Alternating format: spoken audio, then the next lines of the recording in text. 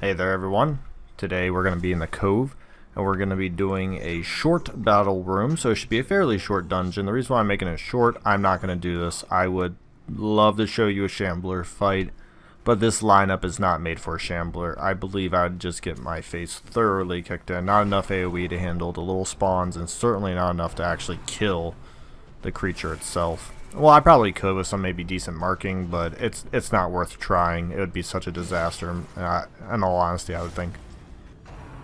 But if I had a different lineup, I would heavily consider. The reason why I'm doing a shorter video is I actually have a couple of videos in the making here, so I don't want to take too long on this one, and I want to go edit another one.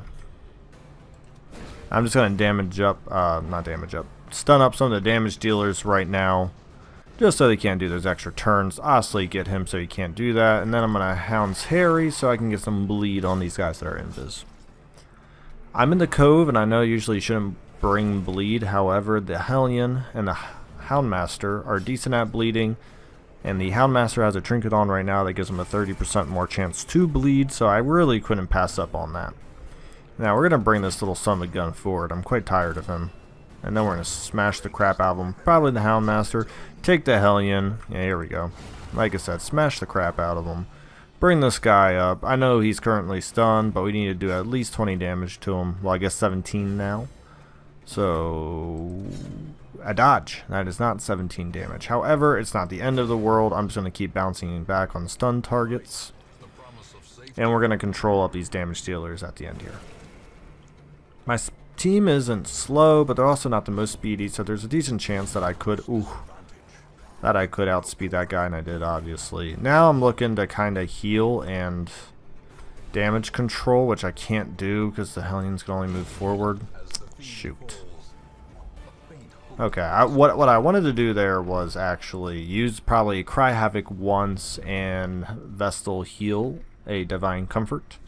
Obviously that was not the situation.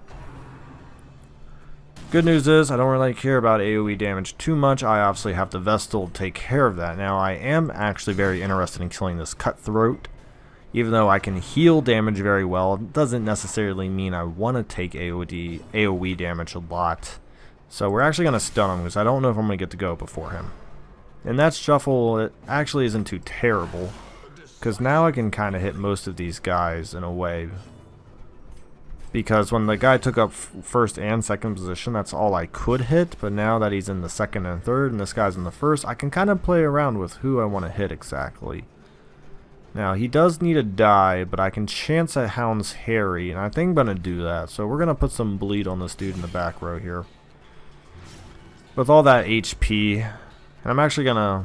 man, I'm really tempted. He takes more damage, right? We're just going to finish him. I don't want him going at 4 HP. I might have been able to beat him, but if I didn't, it would have been a lot of unnecessary damage and possible critical for stress and stuff I'm just not willing to deal with. Sometimes you have to look at what you have and say, you know what, is it worth it? Is it worth taking all that potential stress and physical damage if I can just avoid it? And, you know, not really, it wasn't the most optimal, but at the same time it wasn't really detrimental either. Therefore, I'm not too sad about the result of that. And that's why we pulled him forward, because such a high speed of Fusiliers, they usually get a chance to go first, and when you pull them to the front row like that, they don't get a lot of options other than to shoot and back themselves up. Therefore, we really saved ourselves a lot of damage. And, well, that's about it. We really saved ourselves a lot of damage, and you can't, wow. Well, I guess these two only have stress, but still. So now we're down to this guy, and if I really wanted to, I could slowly milk this guy out as we just keep doing Cry Havoc to reduce stress once or twice. It's not... I am going to do it at least one more time, try to get both. There we go. 14 stress, not a problem. Iron Swan, beautiful ability. He is dead. And we can even AoE heal to top us all off. That was a really good fight. I really enjoyed that. Only 14 stress left on him to go. Some decent loot thanks to the DLC. I'm not interested in opening up chests. I don't really care. If you are new to the game, or if you're obviously not in the end game, you will never see me open a chest. Does not mean that you shouldn't or that they're not valuable. They are. You should bring plenty of keys along in the early to mid game so you can maximize your trinkets you get out of them. It's just they take up spaces for me and they really don't offer much.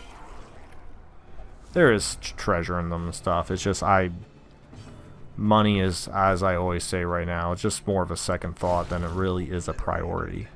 I mean, I'll collect it if it's there, but I won't go out of my way. Now, this is pretty easy since we got a surprise. Now, I actually dislike paralyzing stingers more, and I left it last. However, they often don't do the most damage, as they do a 5 critical and add stress. I really don't like the other guys, because they can do a lot more damage in my honest opinion, and typically they do higher damage. Because a 5 damage was a critical. That wasn't like, you know, just base damage. Like, that's 2. Whatever. It's a stun, but it doesn't add any extra stress. It'll allow another round to go by. If I get lucky, I stun here. Okay, that's fine. Reduce stress there. See, so I'm just reducing stress. Now, that's going to be kind of annoying, especially the critical. Come on. So, leaving him alive is just completely proving me to be wrong right now. And I don't like being proven wrong.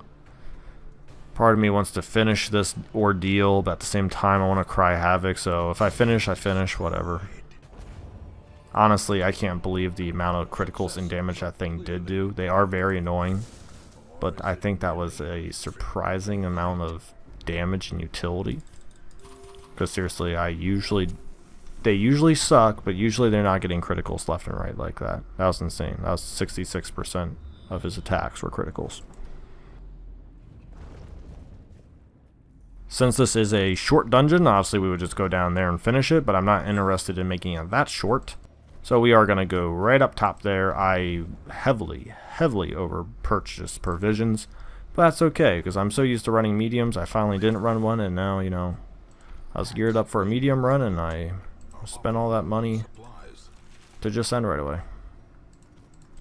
It's better to overbuy if you're like in the, well, I mean, if you're going to play the game as much as I have after you've beaten it, I don't know how many of your actions really matter via supplies and money, because usually at this stage, money is only made for getting quirks removed, which, don't get me wrong, are very expensive, but if you learn to maintain your quirks and you go through dungeons rather well, you won't have any quirk issues. Stress facilities get so cheap that you don't even have to worry about them. Like, everyone here has like only 10 to 20 stress. I could wait a week or two for that to get off. But I'll probably just throw in a stress facility just to make sure. I mean, I think I have like 9 mil.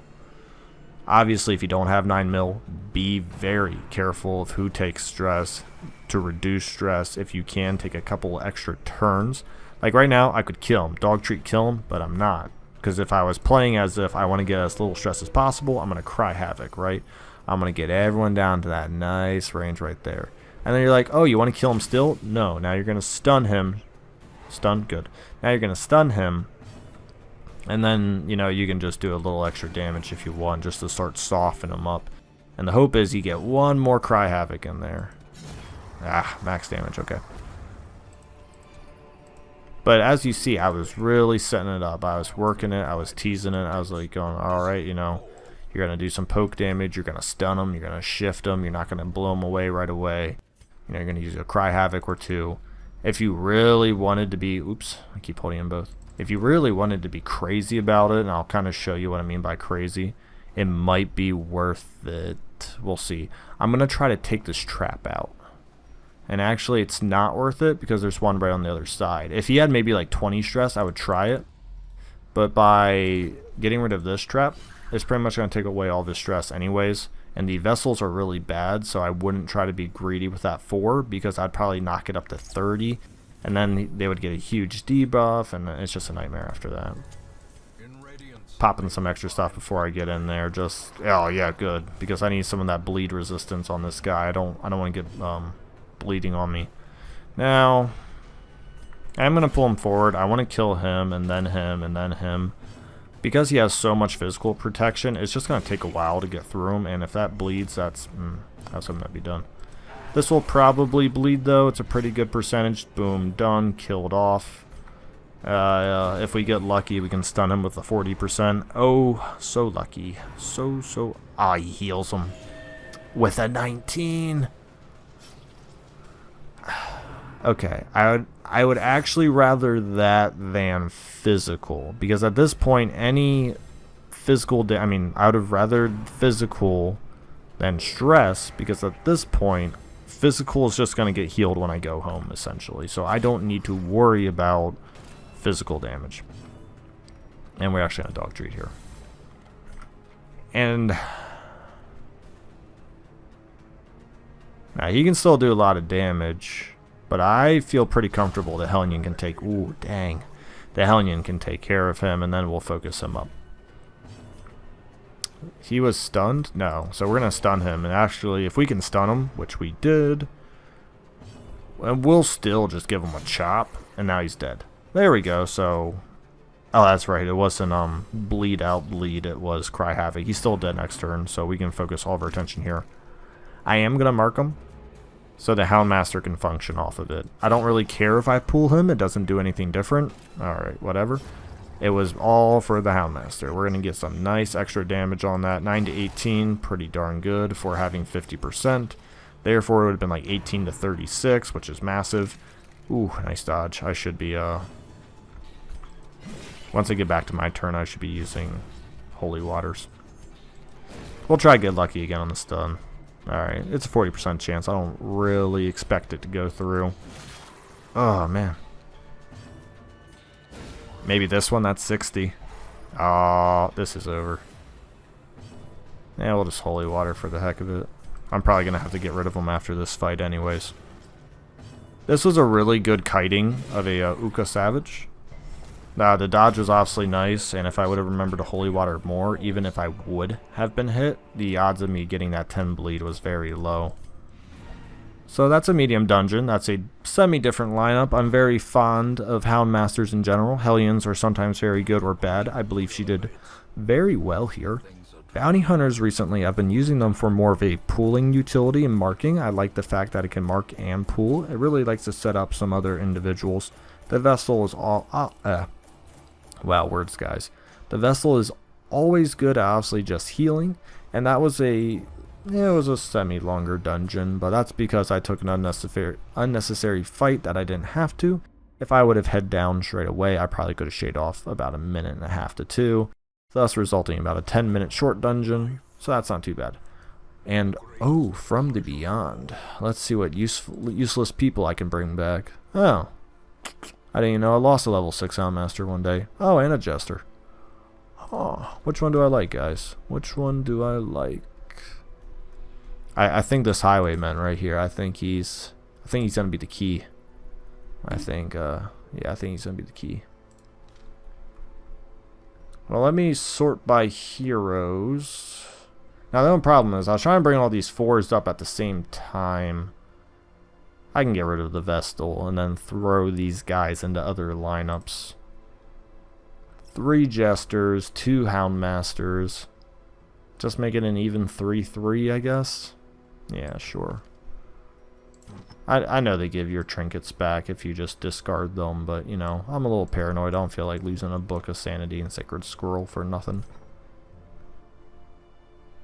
Yeah, she had some decent stuff, but nothing too sad. She has no quirks, which was nice, but I'm not going to cry about it. Alright, decision is made. Welcome back, Houndmaster. Now we need to go buy all of his stuff. I haven't had that happen to me in forever. From the Beyond. I tell you what, if there's one person I really wanted to come back, it's probably my 1 Man-at-Arms. I like having 2 Man-at-Arms. I just like having that versatility. I think 2 Houndmasters is more than plenty. However, you take what you can get. Okay, I bought everything on him. Alright, Pippin, time to take off stuff and time to put on stuff. Ooh, nice though. Unerring. Okay. I think Pippin was a good choice. I feel pretty solid about him. Lethargy. Bad humors. Ooh, those are some pretty brutal diseases. Thank you for watching. Keep an eye out. The next video I'm going to be doing is going to be a more in-depth analysis of, I believe, 3 fights. It's going to be actually a Crusader, Man-at-Arms, Bounty Hunter, and a Vestal. A rather different lineup than I'm used to running, and maybe than you are as well. Thus, hopefully it can provide some insight on how to use different lineups. I do believe it's a slower lineup, but I can't remember because I had a Crusader and it was in the ruins, so obviously I could do some massive damage. So it wasn't even necessarily lacking on the damage end. Thank you for watching. Like and subscribe below.